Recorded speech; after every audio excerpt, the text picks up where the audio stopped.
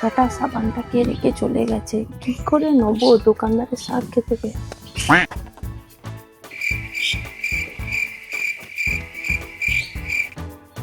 দেখি কি বুদ্ধি খাটানো যায়।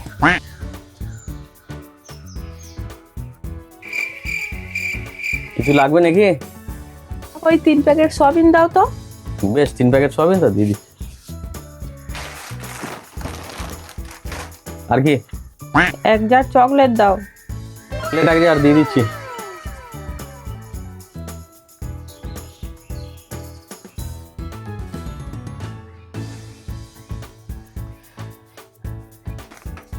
এই যে চকলেট 1 জার। আর কি লাগবে?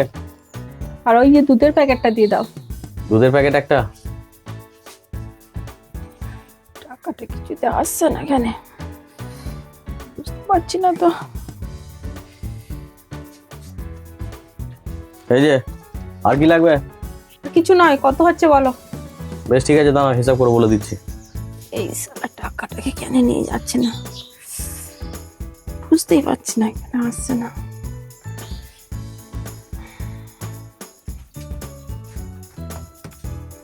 চকলেট 1 জার, দুধের কোটা একটা,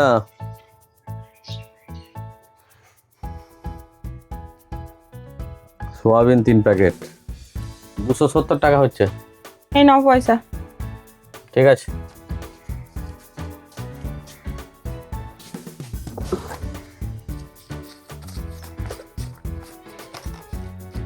এখনো পর্যন্ত টাকাটা নিতে পারলাম না, 270 টাকা বিল করে ফেললাম।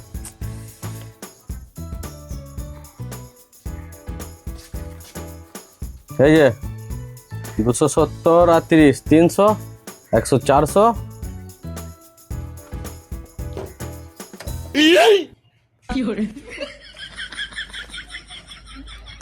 হ্যাঁ নাও 500।